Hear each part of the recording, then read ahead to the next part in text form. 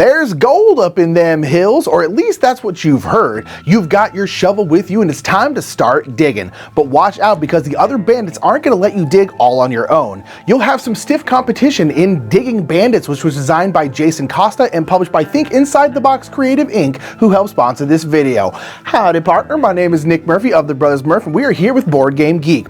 Well, we've got our shovel and a dream, so let's get this game down to the table and learn how to play Digging Bandits. In Digging Bandits, players are moving around the board, stopping at locations and trying to find the single gold card hidden within the land. If you can strike gold and make it back to town, you're rich and you win the game. But the other players are trying to do the exact same thing, and I think things might get a bit wild. Before we get into all that, let's go over the setup. Place the board in the middle of the table where all players can reach. Take the 48 land cards, shuffle them, and place them in a stack of 3 on all 16 land spaces around the board like this. Place out the bandit cards face down, and each player will choose one at random. Give each player their matching miniature and bridges. Each player has a starting hand of cards shown here. Find these cards in the draw and the dig deck and give them to the appropriate players. All players place their mini in the hideout cabin space here. Shuffle the dig and draw decks separately and place them in their designated spaces here. Make sure that the top of the card of the draw deck does not have this downward arrow symbol. If it does, shuffle the deck until it doesn't. To determine the first player, each player rolls 2 dice and the highest die roll is the first player. If any player rolls a 4 and 2 exactly, they're the first player and they get the DB doodad shown on their bandit card as a bonus. In this game, a 4 and a 2 is the best possible roll and always wins. Shuffle the remaining doodad cards and place them in their space here, and with that, the setup is complete.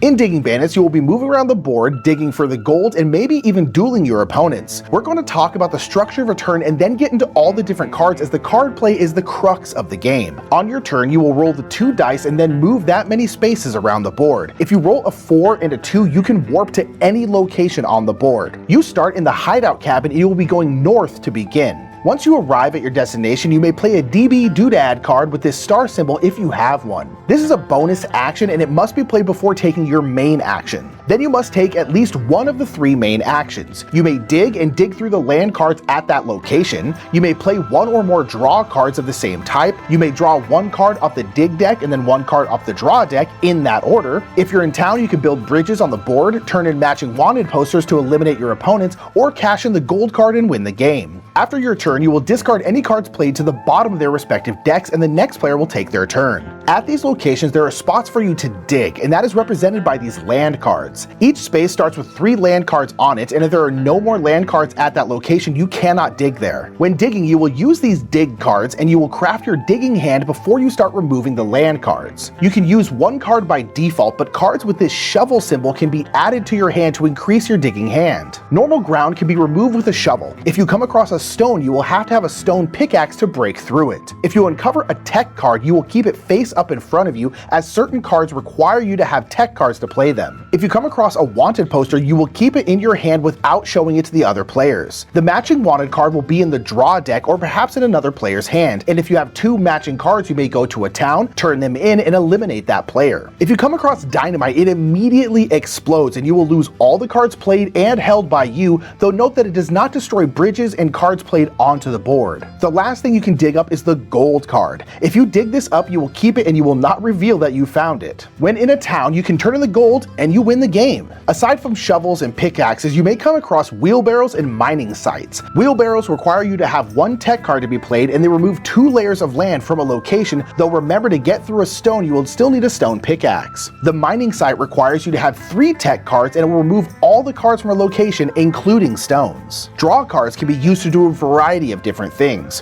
One of the main actions you can take on your turn can be to play draw cards. Note that you may play multiple cards of the same type if they have this horseshoe symbol here, and cards with this downward arrow must be played immediately when they're drawn. If you have a bridge card, you can take it to a town and turn in 3 coin cards to build one of your bridges on an empty land space, meaning it must be cleared of land cards. Your bridges will slow down the other players, as now to cross that space they have to pay 1 coin to the player who owns the bridge and cannot move past that space until they do. If you have an outlaw card and then you land directly on a bridge, you can attempt to steal it and turn it into your own bridge, as long as you don't go over your 2 bridge limit. Though the player player who owns the bridge can pay 2 coin cards to bribe the outlaw to go away. If you have a TNT card while you're passing a bridge, you can blow it up by discarding your TNT. A lasso card forces one player of your choice to reveal their cards to you. Gambling must be played immediately and you lose all of your played cards and all cards in your hand. The Hideout Cabin card immediately warps you to the Hideout Cabin, and in this space you are protected from all sorts of nasty things. If you have a Sheriff card, you may play it on another player's turn after they roll their dice but before they finish moving.